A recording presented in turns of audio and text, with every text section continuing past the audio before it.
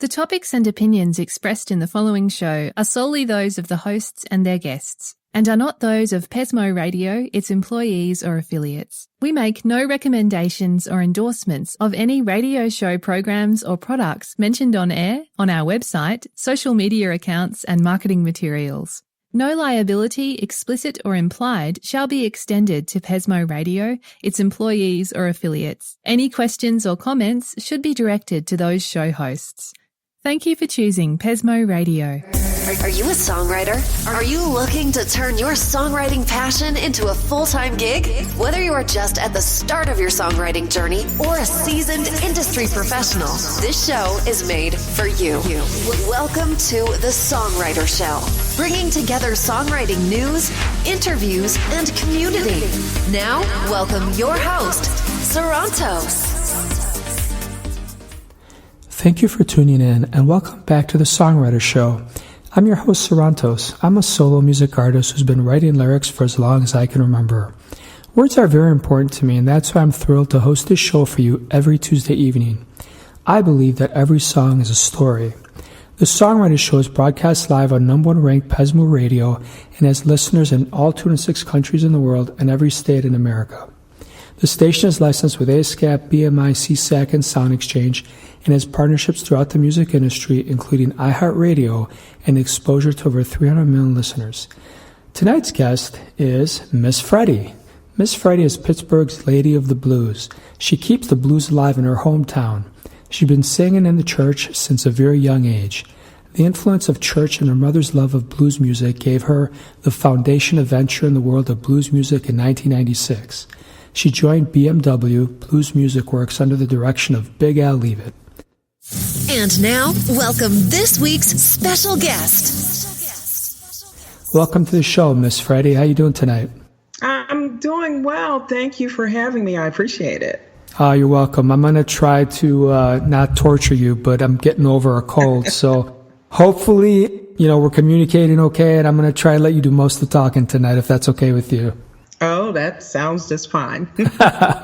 So tell us, I heard a little bit about your origin story, but what got you really going to the bluesy kind of arena? Actually, it started one night. I was singing the song Silent Night to my youngest child back in 95, 96. And the guy that I was dating at the time was a bass player. And he heard me sing and he said, "I didn't know you could sing." And I said, "I didn't know either." And so he said, "We're looking for a singer for the band I'm in." And, I kind of because I have stage fright like crazy.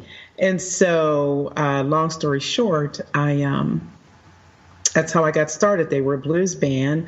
My mentor, the manager of the band, the booking agent, Big Al Leavitt, he liked what he heard, and that's how I got started professionally. Awesome. Now tell us a little bit about your family. Was your family musical at all? The only one in my family that I have cousins that are singers and have, played, but the only one in the immediate family was my brother. And he sang in the all-city choir when he was in high school. But my other siblings, they were kind of like, artists, dance. But my brother and I were the only two musical. And my brother no longer, I don't know the last time he sang with a choir at all. It's been years. But I know I'm the only one that kind of kept it going. Okay. And are there any famous musicians that you admire? Oh, gosh, tons of them. But my biggest influence is Coco Taylor. Obviously, she's my biggest influence. When I first heard of her and started listening to her music, I was mesmerized. And Etta James and Sarah Vaughan, Billie Holiday, Big Mama Thornton, those are my biggest influence. And Aretha Franklin as far as the gospel side also.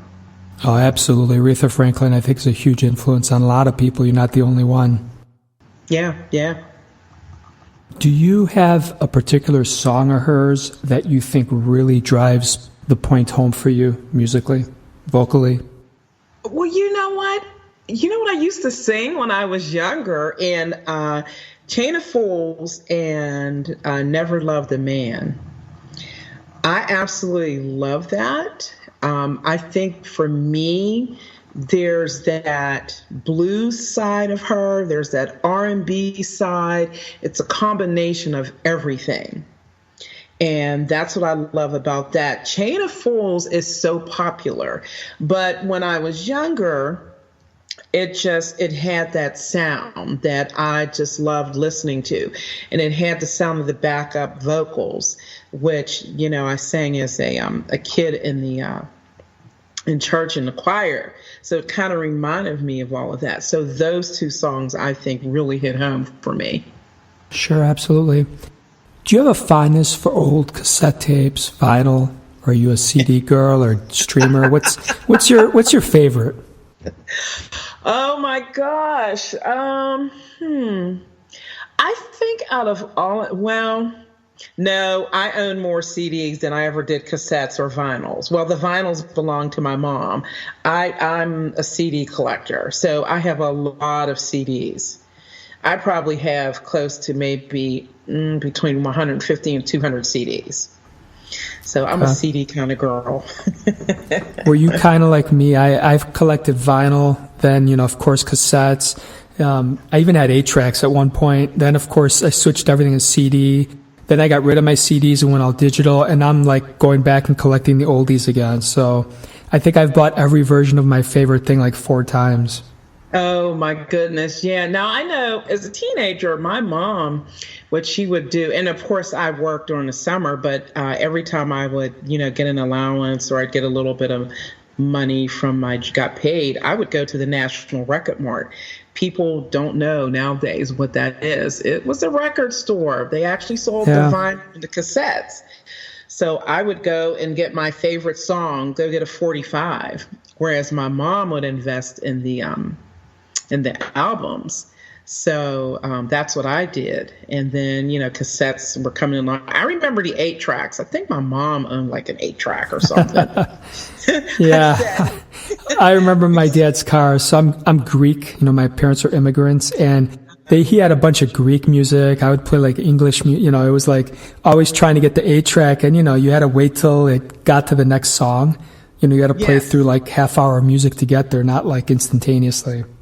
Yeah, no, not like nowadays. Now, if I want to I need something quick, when I'm working or if I'm doing work around the house or just, doing some exercising, I like the digital. I have my playlist, and my range of what I listen to is all over the map. And a lot of people can't understand that. And I said, well, I grew up appreciating all different styles of music, jazz, blues, country, R&B. I mean, you name it. I was right there listening. I mean, I listened to Simon and Garfunkel, and the next day I might listen to James Brown, and the next day I might listen to a little Ella Fitzgerald. So as a kid, I grew up like that, and I like that. I like the variety of music. When I have something on my mind and I'm feeling sad, I listen to classical piano. I love classical piano. Absolutely, yeah. I think what you said was spot on, too, about being influenced by many different genres and styles of music like that. I think, I can't tell, sometimes I feel like nowadays people listen to every genre and they don't care, but I don't know if it's better or worse than it was back in the day. I think, and one thing that I have learned about that, I noticed when I was a kid, kind of like my parents were saying the same thing as you were saying. And as I became older, and then, the music has changed definitely. But the appreciation, I think, is the same. It's just a different generation. Like my kids, for example, my oldest growing up, he was into the hip hop and the rap, the old rap. And as he moved forward, he has a family now. He's listening to alternative. He likes Green Day. And I'm like, who? And I kind of laughed at him. I'm like, really? I said, but he still likes to listen to the rap and hip hop, but he's kind of mellowed out, I call it. My youngest, he grew up around me with me playing before I even became a professional musician. He grew up with mom listening to everything on the planet. So if I'm in the car and I'm playing, if I get my playlist out through Pandora or something, he knows the songs, the old 70s, the 80s, some of the 60s, a couple Bob Dylan, a couple Beatles. It's amazing. So I think it's just, I think it's the appreciation and what makes you feel good at the end of the day. Yeah, I agree with you. The one thing that I had a vocal teacher tell me, which I think is spot on, is I think if you want to become a good vocalist, you gotta learn how to sing the blues, and you gotta understand what they're doing with their vocals, because it really, I think, takes your vocals to the next level. Do you agree with that? Disagree? I agree with that, but I've never had any training at all. Not theory, not a teacher, nothing. So I grew up listening to how the different vocalists in blues sound. Big Mama Thornton does not sound like Coco Taylor. Coco Taylor does not sound like Billie Holiday.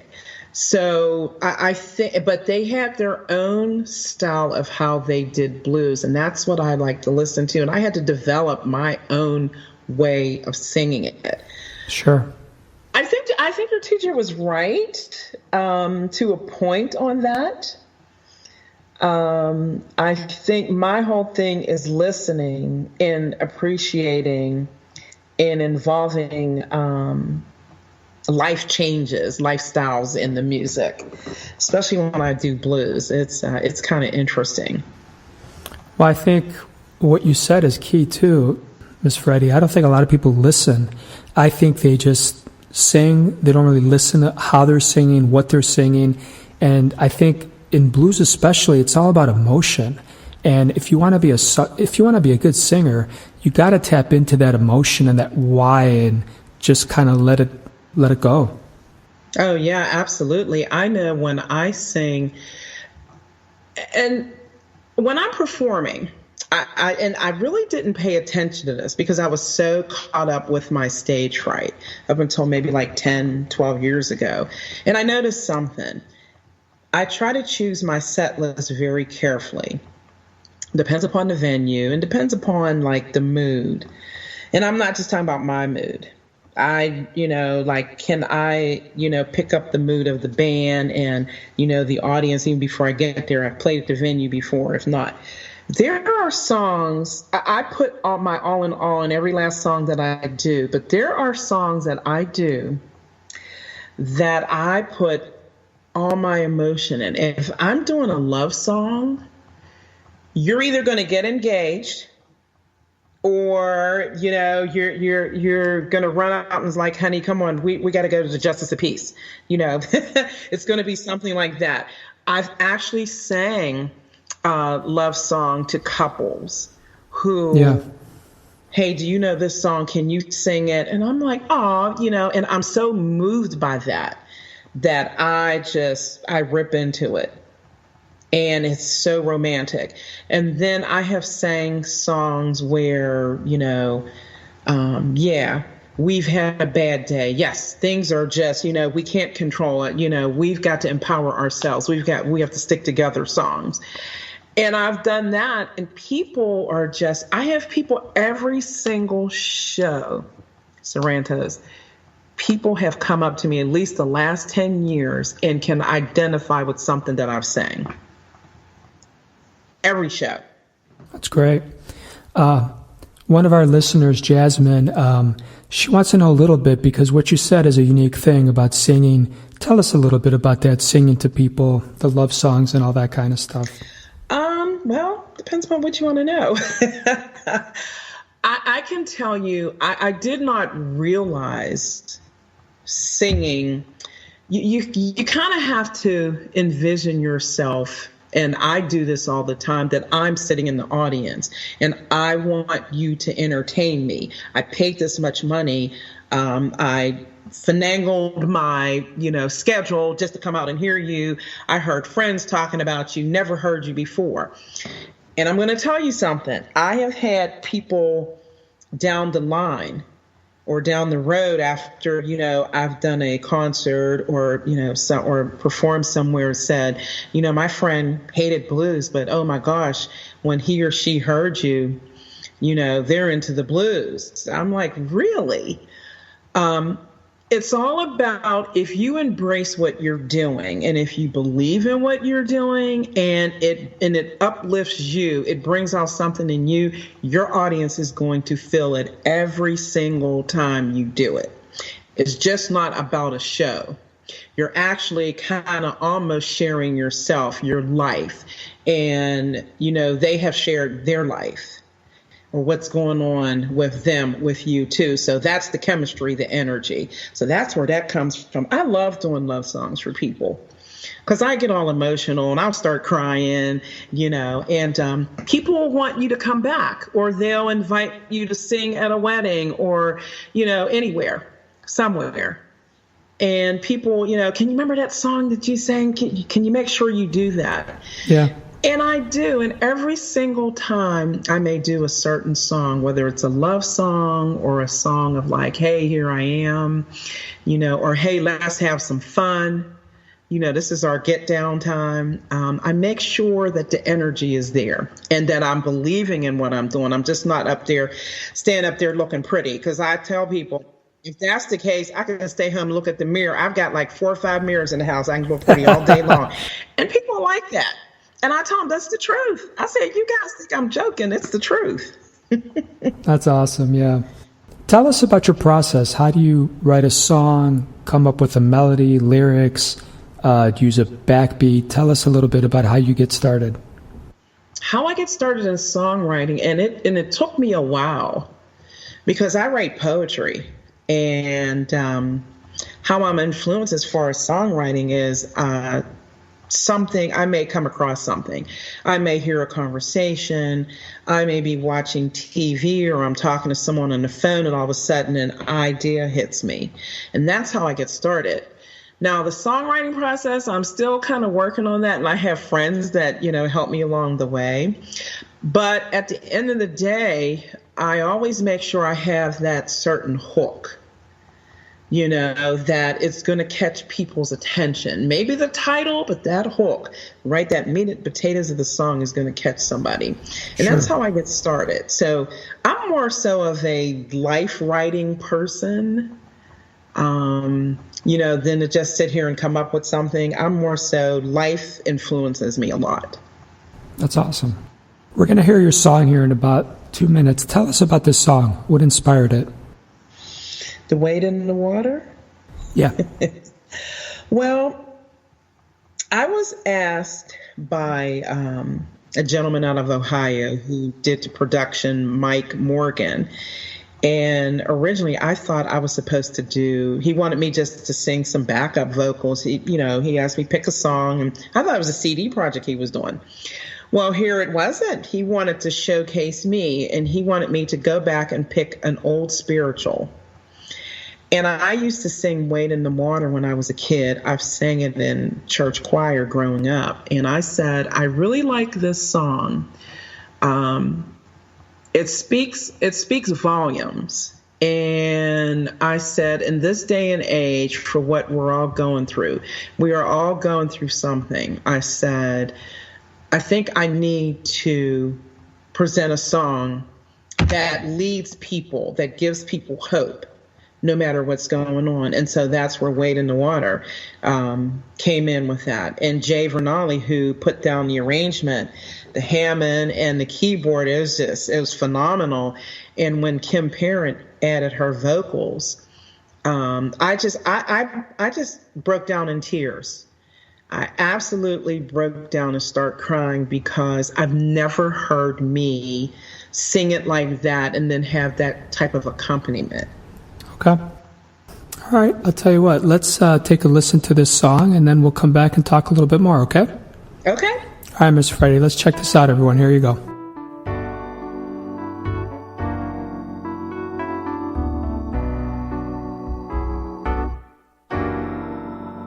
Wade in the water. Wade in the water, children. Wade in God's gonna trouble the water. See that host all dressed in red. God's gonna trouble the water. Looks like the children that Moses led. God's gonna trouble the water. Well, wade in the water. Wade in the water, children. Wade in the water. God's gonna trouble the water. See that host all dressed in white. God's gonna trouble the water. Well, it looks like the children of the Israelites. God's gonna trouble the water. Well, wade in the water. Wade in the water, children. Wade in the water. God's gonna trouble the water. Wade in the water. Wade in the water, children. Wade in the water. God's gonna trouble the water. See that host all dressed in red. God's gonna trouble the water. Looks like the children that Moses led. Wade in the water, children. Wade.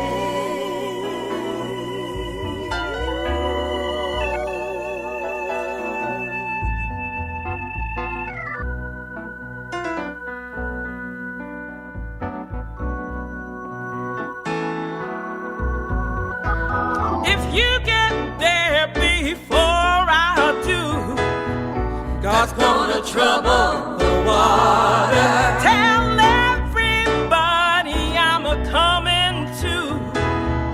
He's gonna trouble the water. Said Jordan's water is chilly and cold.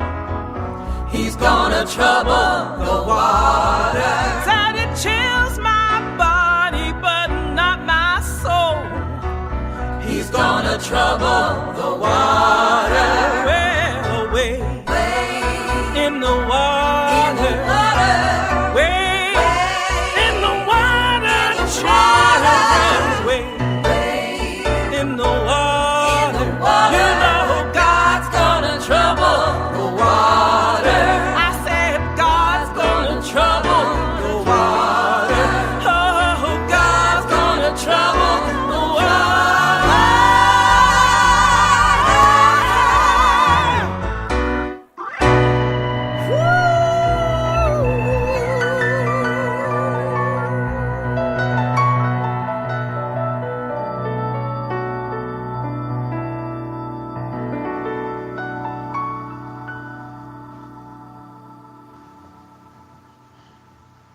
Well, Miss Freddye, that was a great song. Thank you so much for sharing it with us. Oh, you're welcome. Thank you. You're welcome. So, before I forget to ask, I'm sure the listeners out there really want to know, give us your contact information. Where can people buy your music, stream it, contact you? Oh, absolutely. You guys, you can go to YouTube, just type in my name, Miss Freddye, and I have my last two albums and my current single that's out on YouTube. You can go to iTunes, you can go to iHeartRadio, you can go to Amazon, Spotify, develop a playlist. Check me out there. Awesome. What do you think is the single biggest problem in the world of music today? And you can't answer anything related to the coronavirus, other than that.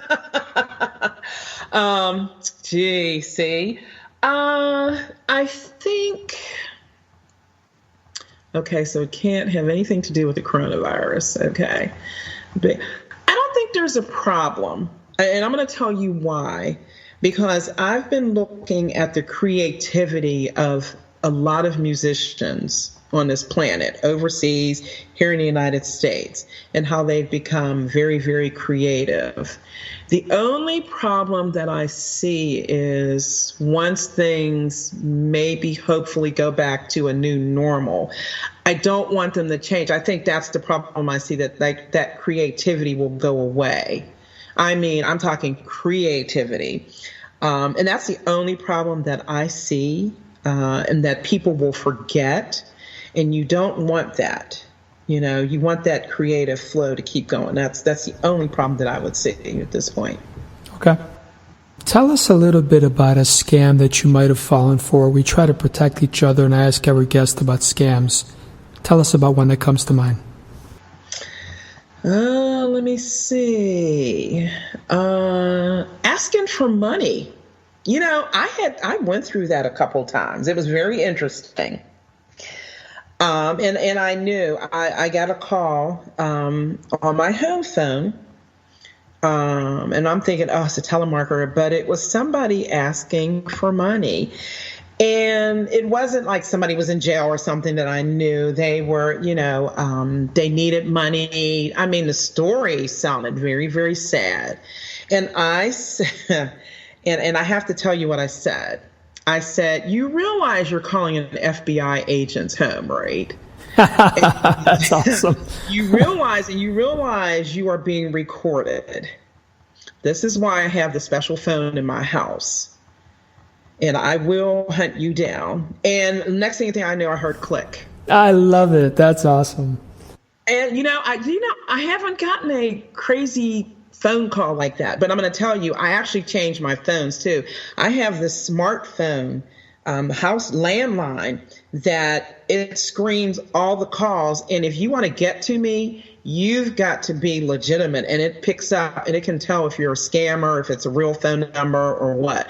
It's very interesting. Yeah. So I don't call from work. If I want to call to check on my family, I call from my cell phone because I have my cell phone, connected into the landline. So yeah, people just have to please be careful out there. Yeah, I hear you. I have an app on my phone called RoboKiller that screens out a bunch of spam and has bots that mess with people, and it's crazy. I get spam texts and calls and all this repeated stuff, and I block so many people. If I didn't have this app, I literally used to get about 20 a day, even though I keep blocking people. Yeah, that's insane. I know on my cell phone, I guess it's set up with the plan, because one day I happened to be going through my phone for something, and I saw this particular app, and it screened scamming calls, and I didn't know that. I didn't know it was on there, and I'm looking. There probably had to have been 50 calls that was likely scam. Yeah. That's what it said. I said, wow, that is so cool. I can't believe that. Well, I'm telling you something here, and I'm going to reveal this on the show, that if I ever make it really big, I'm going to be like Ed Sheeran. I'm not going to have a phone.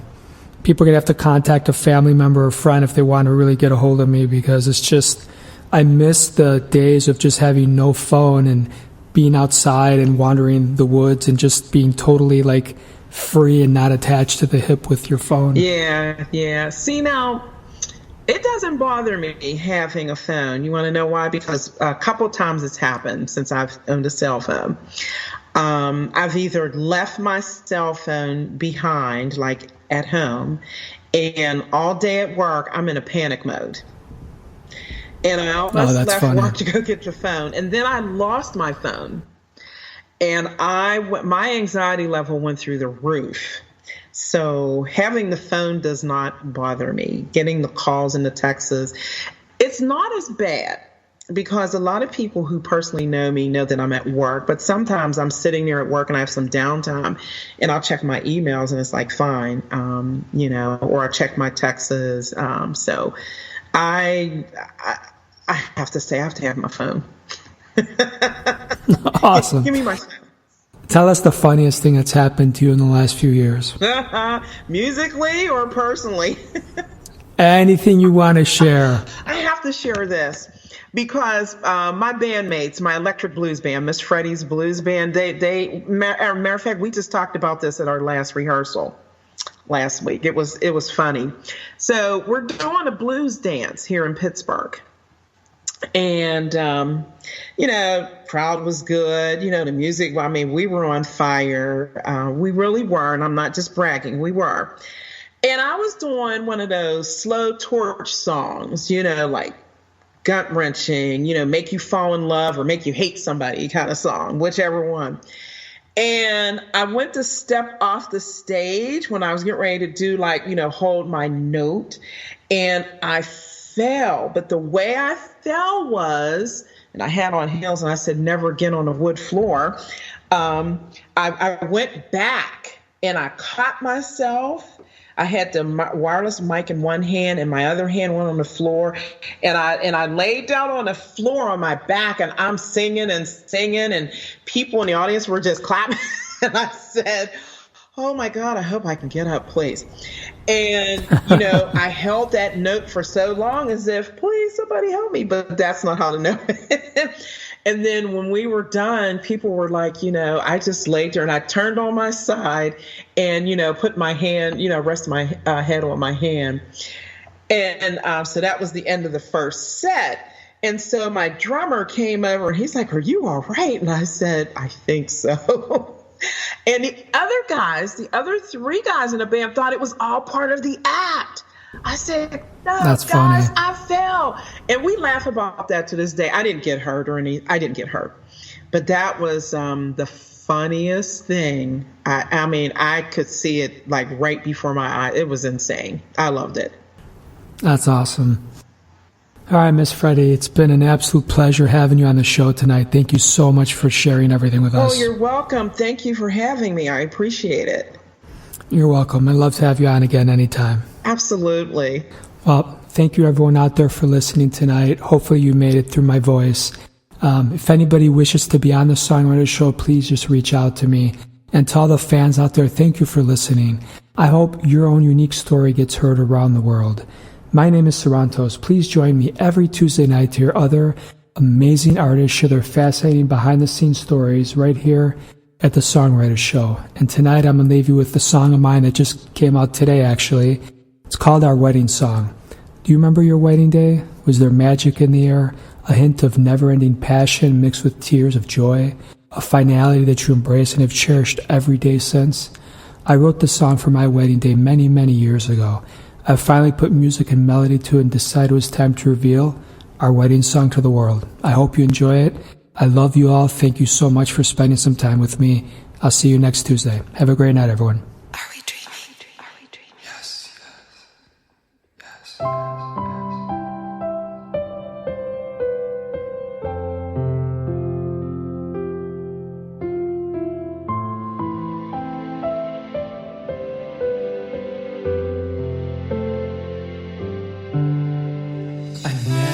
Thought the day would come when I would be the one walking down the aisle in style all full of smiles, still dancing in the clouds with only you around, but leading a Disney movie, spellbound by your beauty. All I hear today is our wedding song. My heart beats strong. Nothing feels right. I wanna listen to this song all night long. This wedding song is where we belong.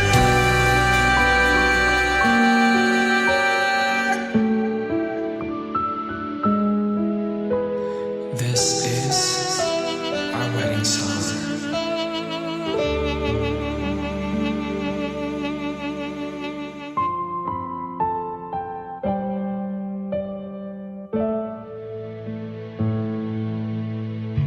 Sweet melody plays on and on, sunsets and a sea of wine. Soon this perfect night land, and we'll rest in the same bed.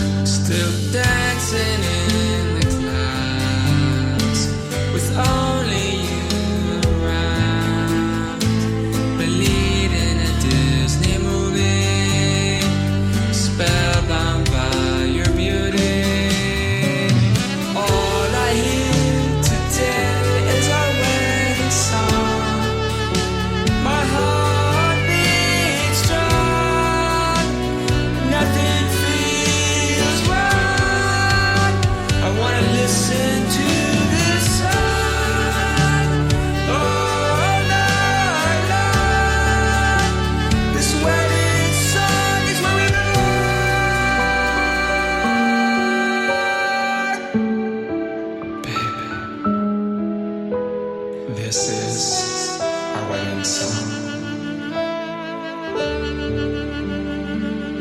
Do you love me? You're simply the best. I'm so happy you said yes. Now all of my dreams are true. I'm so happy you said yes. Now it's just me and you.